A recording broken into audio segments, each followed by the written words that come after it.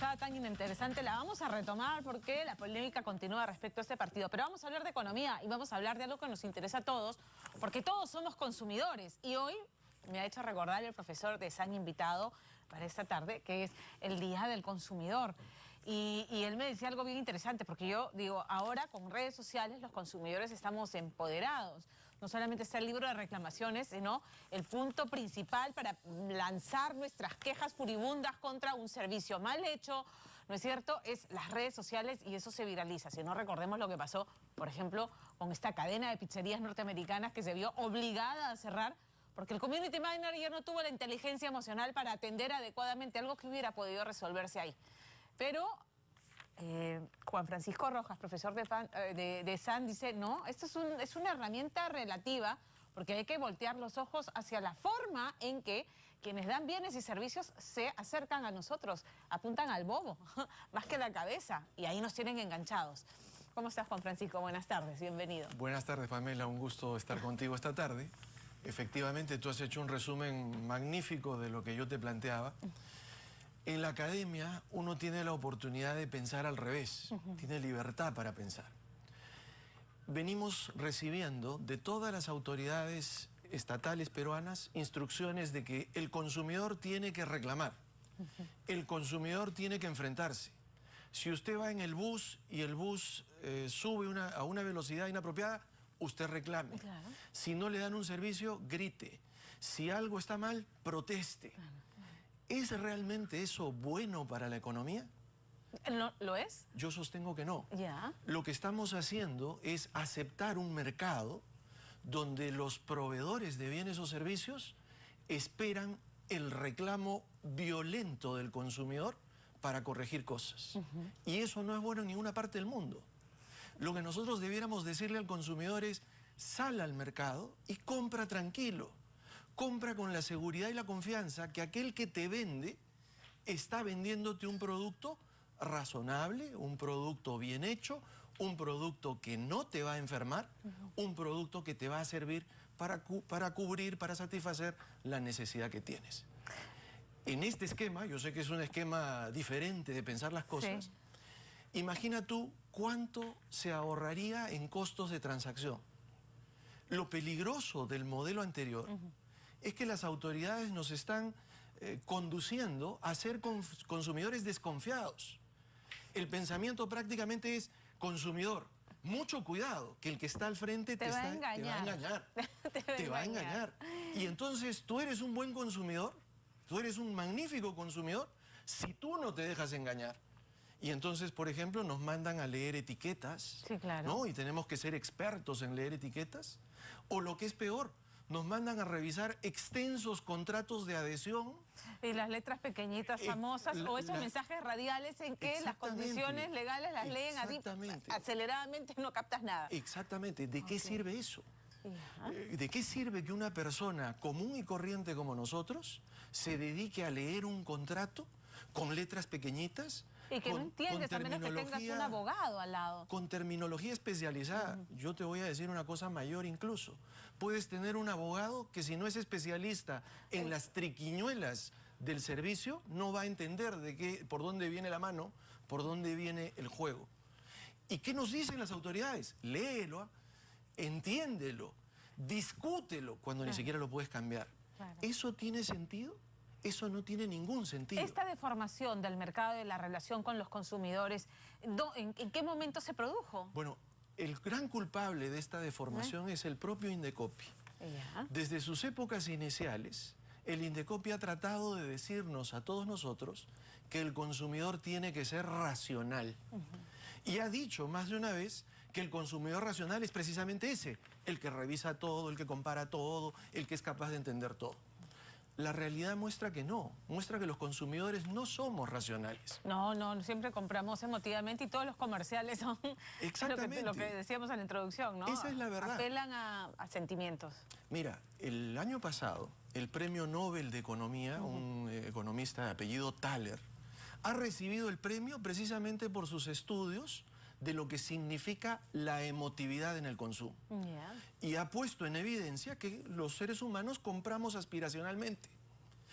Y yo converso esto con algunos alumnos y se los planteo directamente. ¿Cuántas veces has comprado sin tener dinero? Claro, sacas la tarjeta de crédito. ¿Puede ser eso racional? Claro, no tiene nada racional. ¿Cuántas veces compras porque el producto lo usa un personaje público que admiras? Una Pamela Bertis, un jugador de tenis, etcétera, y lo compras. Claro. ¿Qué de racional hay en eso?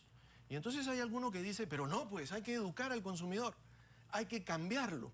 La pregunta es, y Thaler lo toca, ¿se le puede cambiar? ¿Se puede? No se puede. El consumo es psicológico. Bueno.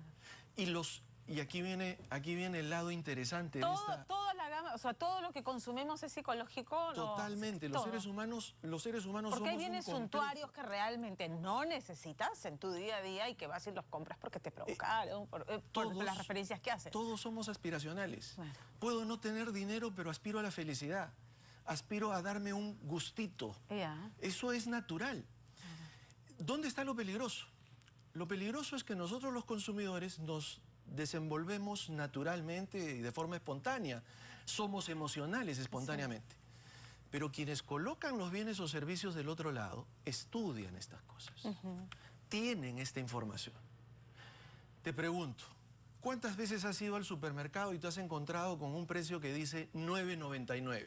Ah, todo el tiempo, o 9.90, no es 10, es 9, es menos. Pero 9.99. Inmediatamente mientras es más barato. 9.99 para cualquier persona que nos esté mirando y escuchando es 10. Es 10, claro, es 10. Es más, si por ahí ocurre la casualidad que te dan el céntimo devuelto, no vas a saber qué hacer con eso y lo vas a desaparecer. O lo vas a terminar donando cuando te dice la cajera, ¿quiere donar unos centavos? Exactamente. Y entonces la pregunta es, ¿y por qué te ponen 9.99?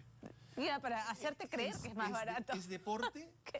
Lo hacen por Pero simpáticos. nos agarran mal, ¿no? No, lo hacen porque saben que psicológicamente los seres humanos fijamos cantidad por el primer guarismo. Entonces, si yo veo 9, mi mente me dice, es 9. No es 10. No acepto que sea 10. Esto lo conoce quien hace este tipo de actividades. ¿Cómo modificamos? O sea, hay que apuntar a modificar ese comportamiento porque finalmente los consumidores... O sea, cuando a mí no me dan un buen servicio, yo sí reclamo, y sí me ha pasado que he pedido el libro de reclamaciones y sí me han respondido. Yo sí soy de las que... Y esa cultura del reclamo hay en mi casa también. Me parece perfecto y es lo que te decía antes de empezar. La cultura del reclamo, el empoderamiento en redes es bueno. Es bueno, es una manera en que los consumidores hemos aprendido a decir, alto, aquí hay algo que está mal. Claro. Pero no es suficiente. Tu reclamo, por muy potente que sea, tu puesta en red de un mal comportamiento podrá tener un impacto. En algún caso un gran impacto, como tú mencionabas, por ejemplo, lograr suspender temporalmente un servicio. Pero no corrige el mercado. ¿Quién tiene que corregir el mercado? ¿Quién tiene que realmente hacer que las relaciones de consumo se desenvuelvan en un entorno de buena fe, confianza y naturalidad? Las agencias de publicidad que diseñan las campañas. En algún momento se dijo, bueno, las agencias publicitarias que se autorregulen. Eso no ha dado resultado. ¿Cómo se soluciona esto? Rol del Estado. Regulación. Cumplimiento de normas. Autoridades que intervienen. ¿En qué extremo de la cadena? Porque la agencia de publicidad va a apelar siempre a la emotividad para vender el producto. Siempre. No le puedes prohibir el trabajo creativo. No necesitamos una publicidad opaca. El publicista tiene que tener la capacidad para combinar diversión con información. Pero siempre información. Lo que hoy día tenemos es solo diversión y emotividad y cero información. Eso es lo que está mal. Transparentar, ser transparentes respecto al producto que estás vendiendo. Hay una línea que es muy importante, que en el Perú se viola con mucha naturalidad, que es la que tiene que ver con que los mensajes publicitarios tienen que ser verdaderos. Y cuidado con esto, ¿no? Hay 3 formas de faltar a la verdad. La primera es mintiendo.